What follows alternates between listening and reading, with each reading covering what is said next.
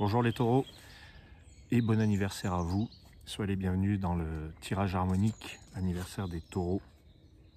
Donc comme d'habitude, aujourd'hui je vais vous parler des 6 cartes de tirage cadeau anniversaire pour les natifs du taureau et aussi les ascendants taureaux, puis aussi tous les autres, tous ceux que ça intéresse. Et après je vais vous parler du taureau et ses harmoniques, comme j'ai fait le mois dernier pour les béliers.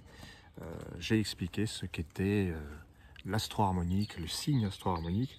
Et donc, pour l'anecdote, vous pouvez être au hasard, mais je développerai ça après, vous pourrez être, on va dire, taureau nouvelle ère, par exemple. Voilà, c'est un exemple. Alors, je vais commencer par votre tirage. Un tirage très taureau, très tauresque, je ne sais pas si ça se dit. Vous avez la première carte de l'élément blanc, le lotus blanc, qui correspond bien aux caractéristiques de votre signe, parce que le lotus, comme le signe du taureau, il est très nature, c'est la nature avec un grand N, c'est les origines, les racines, c'est les éléments, je dirais, la terre-mer, hein, c'est une plante aquatique, alors bon, c'est aquatique, mais c'est quand même lié à la terre-mer. Le lotus blanc, il vous dit, mes amis taureaux, faites preuve de prudence, soyez conservateurs. Le lotus, c'est le soin, le purificateur. C'est l'arcane 13 des harmoniques. Donc il a un côté très purificateur. Il vient pour nettoyer, il vient pour alléger l'existence, mais aussi il a le sens comme vous de l'essentiel et de l'authentique. Donc, comme c'est la carte blanche, c'est-à-dire la première, c'est un potentiel. Et votre potentiel de lotus, il est réel, il est fort. On vous dit, utilisez votre potentiel d'ancrage dans le réel, mais aussi votre potentiel de réflexion quant à ce que vous devez soigner, conserver, préserver. C'est la préservation. Donc, vous avez en carte blanche le lotus blanc, et ensuite la deuxième carte, c'est le feu qui nous parle de l'action à accomplir. Et vous avez le miroir de feu. Alors, ce qui est intéressant dans ce tirage, c'est qu'après le miroir, j'en parle tout de suite, mais vous avez le soleil devant, et ça fait partie de la même famille. Et on est dans une thématique qui nous pousse un petit peu à réfléchir à... Alors, l'action à accomplir, c'est quoi? C'est regarder le miroir, regarder dans le miroir, avoir confiance en soi. Le miroir, on se regarde dedans pour avoir confiance et pour discerner jusqu'au moindre détail des choses, des événements de la vie. Quand on fait de l'introspection, c'est discerner sur soi-même. Et le miroir de feu, il vous dit, à la limite, il vous dit réfléchissez, observez bien les choses et faites preuve d'un bon discernement. Avec confiance, parce qu'il y a des événements, des événements de la vie qui peuvent vous atteindre la confiance en soi. Alors pourquoi je vous parlais du 7e soleil devant, le soleil devant, qui vous invite à voir le beau. On est toujours dans la thématique du voir, mais le soleil, quand il est un petit peu mal vécu, si j'ose dire, ou en excès, il vous dit, faites attention aux illusions et aux apparences. Ne vous fiez pas qu'aux apparences. Le beau que vous devez voir, il est déjà en vous en fait. Il est déjà près de vous. Il est inutile d'aller le chercher au loin. D'où ce lotus blanc qui vous invite à la préservation. Alors, la quatrième carte, qui symbolise le jade, le plan terrestre, hein, du coup. La quatrième carte, le jade. Le lotus, c'est le principe 4. Eh bien, cet équinoxe de jade vous dit que finalement, ce qui compte, c'est de conserver l'équilibre. Un bon équilibre. Voilà, sans se laisser éblouir par les apparences de choses, de projets, d'idées qui pourraient vous charmer, vous séduire. C'est un petit peu aussi le sens du soleil. Mais ce soleil vous dit oui, voyez la beauté, voyez ce qui est beau autour de vous, mais c'est beaucoup plus proche que vous ne le pensez. Ça m'amène à vous parler de la 5e carte, qui est la salamandre d'ambre. La salamandre, c'est la réformatrice, c'est celle qui fait un petit peu la révolution dans votre vie, mais elle met les choses en chantier, elle vous demande de vous organiser, elle vous dit arrêtez-vous 5 minutes et reconstituez, reconsidérez ce qui est déjà en vous, puisque l'élément ambre, c'est le 5e élément, c'est ce qu'on a dans le cœur, c'est ce qu'on a en soi. Et surtout, écoutez le cœur, parce que c'est lui qui va vous apporter la réforme dont vous rêvez. Voilà.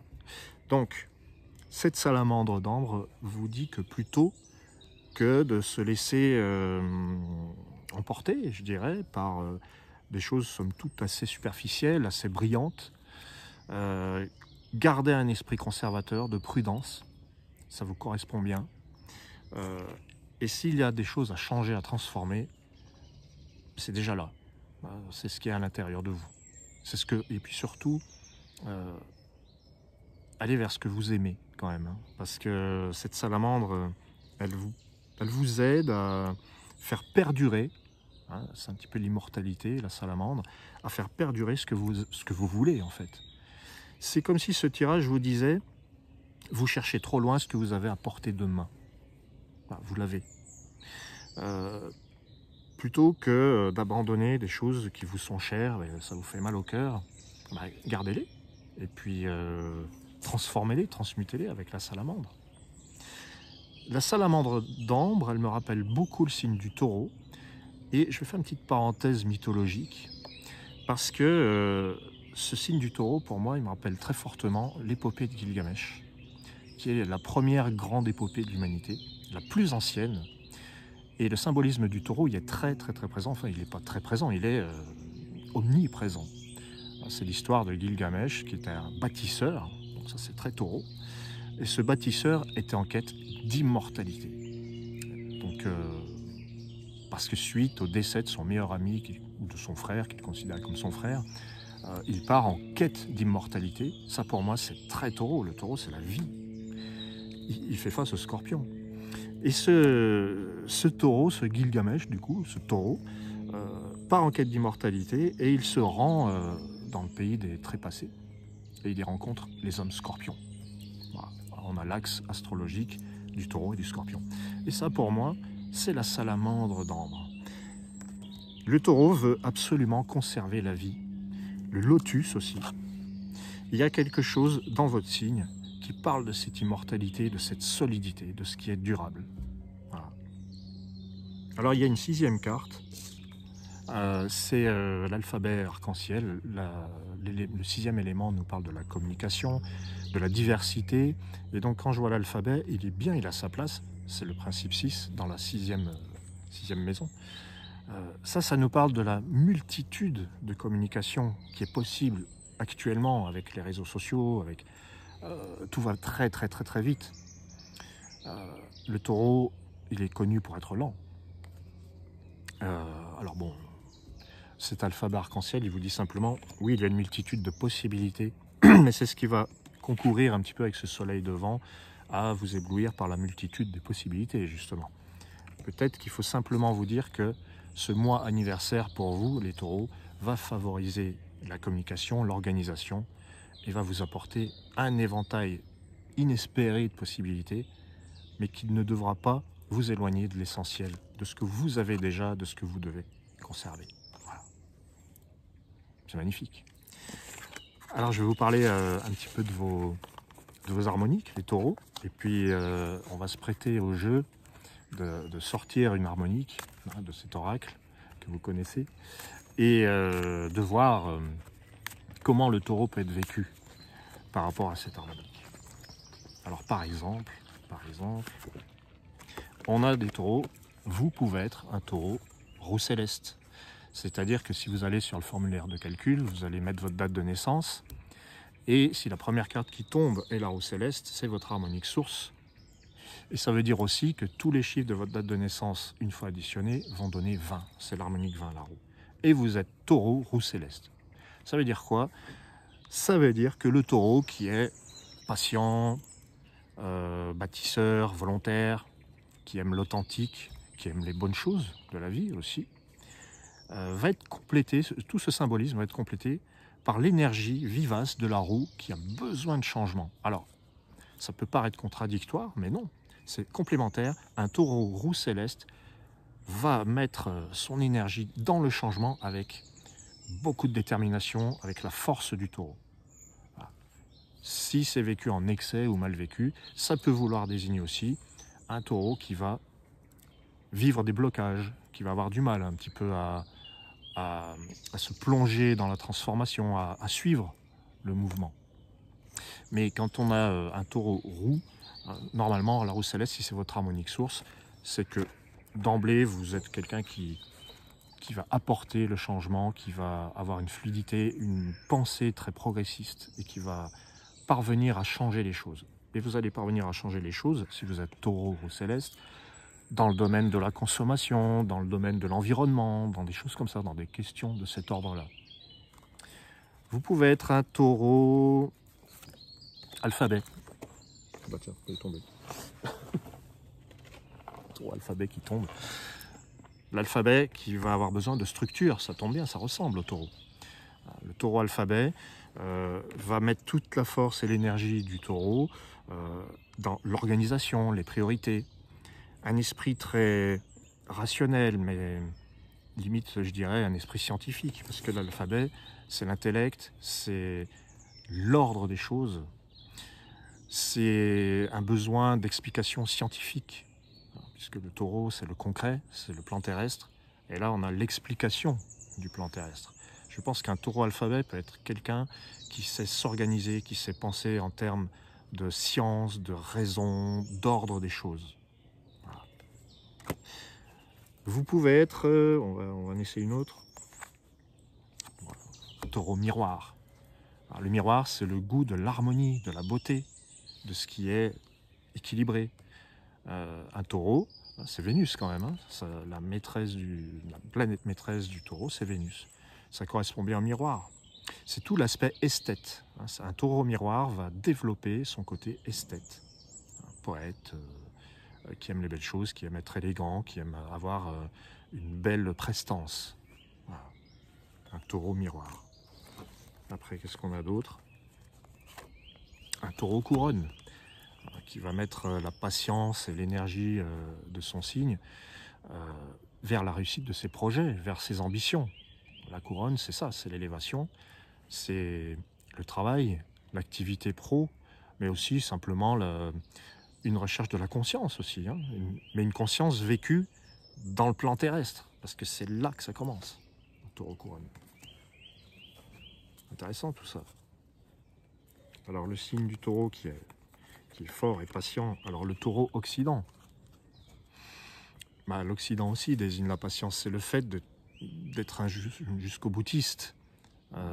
L'Occident va mettre toute l'énergie de la patience pour amener les projets à maturité. Un taureau occident, moi je vois quelqu'un d'une patience infinie qui se lance dans des projets de longue haleine sur plusieurs années, s'il ne se laisse pas éteindre par la mauvaise énergie de l'Occident qui va plutôt l'épuiser, le faire retomber. Là, moi je vois plutôt avec le taureau occident une grande force de réalisation concrète, avec un perfectionnisme, un sens du détail, de la perfection. On est encore quelques-uns parce que je trouve que c'est amusant. Un taureau équinoxe, je vois là un parfait diplomate qui va chercher à trouver la justice, l'équité en toute chose, dans les partenariats, dans la droiture du taureau là, qui va être mise à rude épreuve, si j'ose dire. Parce que l'équinoxe peut être l'harmonique qui bascule, qui a du mal à se positionner. Un taureau équinoxe devrait savoir se positionner. Alors, on a quoi d'autre? Un taureau empreinte. L'empreinte, c'est l'identité, le fait d'être unique. C'est la singularité de chacun. C'est je sais qui je suis. Et le taureau sait qui il est. Alors un taureau empreinte, c'est quelqu'un qui va, je dirais, apporter sa marque dans ce qu'il fait, qui va être reconnaissable. Alors, on va le reconnaître tout de suite, un taureau empreinte. On va le reconnaître concrètement, jusque dans sa chair. Ah ben, après l'Occident, on a l'Orient, le taureau Orient. C'est le taureau qui a une énergie d'impulsion à donner.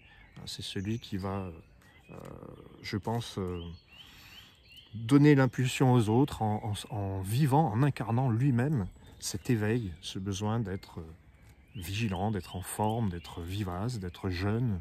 L'Orient, ça a un rapport avec la jeunesse. Qu'est-ce qu'on a d'autre? Le taureau nouvelle ère, c'était le premier exemple.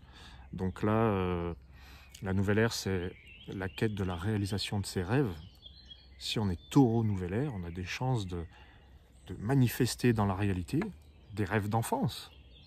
et d'être très surprenant d'ailleurs dans ce domaine, parce que la nouvelle ère est très aérienne, elle est très portée sur le rêve, le fantasme, mais le taureau, il a bien les pieds sur terre. Il peut réaliser les choses qu'il voit avec son troisième œil là, de nouvelle ère. Voilà. Si vous voulez en savoir plus, visitez le site.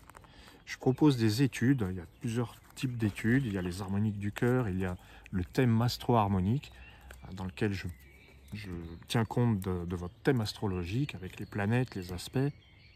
Et là, si vous voulez connaître votre thème astro-harmonique, vous allez avoir vos 10 harmoniques d'un côté et votre thème astrologique avec toutes les planètes de l'autre.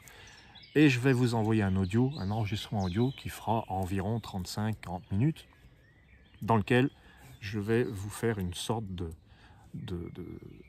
voyage parlé, poétique, dans lequel vous retrouverez vos harmoniques, parce que vous n'en avez pas qu'une, vous en avez 10, et toutes vos planètes, pour savoir quelle est la feuille de route de ce taureau nouvelle ère, de ce taureau masque, de ce taureau prophète, de ce taureau roux céleste. Donc ça, c'est une possibilité. Je vous propose aussi les harmoniques du cœur, qui vont axer l'étude, si vous êtes seul, sur votre rapport à votre cœur, votre rapport à l'amour, même seul, ou si vous êtes en couple, comment vivre cette relation dans l'amour, avec les harmoniques, avec le thème relationnel, c'est-à-dire vos 2 thèmes de naissance, plus le thème initiatique du couple, plus la révolution harmonique du couple, c'est-à-dire l'année en cours. Qu'est-ce que vous avez à comprendre sur cette année en cours? Vous avez aussi le tirage mois par mois. Il y a des tas de possibilités, en fait. Voilà, mes chers amis taureaux, j'espère que tout ça vous aura plu, vous aura parlé. Et je vous remercie d'être là, de vous abonner, d'être présent.